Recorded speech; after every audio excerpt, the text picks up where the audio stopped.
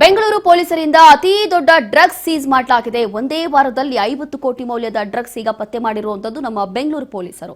ಸಿಸಿಬಿಯಿಂದ 17.5 ಕೋಟಿ ಮೌಲ್ಯದ ಎಂಡಿಎಂಎ ಕೂಡ ಸೀಸ್ ಮಾಡಲಾಗಿದೆ.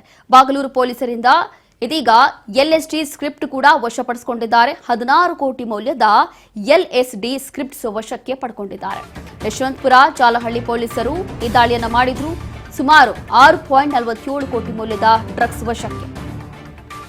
ಆಡುಗೋಡಿ ಪೊಲೀಸರಿಂದ ಬ್ರೌನ್ ಶುಗರ್ ಕೂಡ ಜಪ್ತಿ ಮಾಡಲಾಗಿತ್ತು. ಒಟ್ಟು 1.5 ಕೋಟಿ ಮೌಲ್ಯದ ಬ್ರೌನ್ ಶುಗರ್ ಸೀಸ್ ಮಾಡಲಾಗಿದೆ. ಚಿಟಿಬೇರಿ ಅಂಬ್ರೋಸ್ ಹಾಗೂ ನವೇಬಿಲಿ ವ್ಯಾಲೆಂಟಿನ್ ಬಂಧಿತ ಆರೋಪಿಗಳಿವರೆಲ್ಲರೂ ಈಗಾಗಲೇ ಅರೆಸ್ಟ್ ಕೂಡ ಮಾಡಿಕೊಂಡಿದ್ದಾರೆ.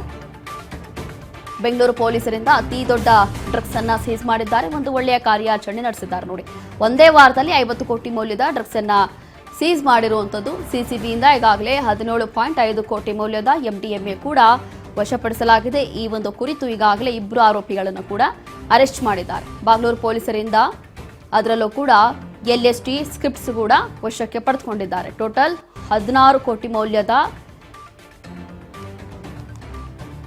ಈ ಒಂದು ಮಾದಕ ದ್ರವ್ಯವನ್ನ ವಶಕ್ಕೆ ಪಡೆಯಲಾಗಿದೆ. ಯಶವಂತಪುರ ಜಾಲಹಳ್ಳಿ ಪೊಲೀಸರು ಕೂಡ ದಾಳಿಯನ್ನ ನಡೆಸಿದ್ರು. ಸುಮಾರು 6.47 ಕೋಟಿ ಮೌಲ್ಯದ ಡ್ರಗ್ಸ್ ಈಗ ಸೀಸ್ ಮಾಡಿಕೊಂಡಿದ್ದಾರೆ. ವಿಶೇಷವಾಗಿ ಆಡುಗೋಡಿ ಪೊಲೀಸರು ಕೂಡ ಬ್ರೌನ್ ಶುಗರ್ ಕೂಡ ಜಪ್ತಿ ಮಾಡಿದ್ರು.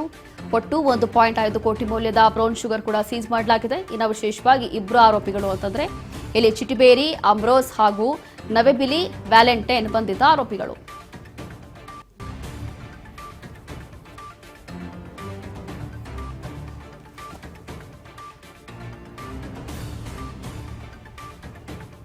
ಹೀಗೆ ಬೆಂಗಳೂರು ಪೊಲೀಸರು ಅತಿ ದೊಡ್ಡ ಕಾರ್ಯಾಚರಣೆಯನ್ನು ನಡೆಸಿದ್ದಾರೆ.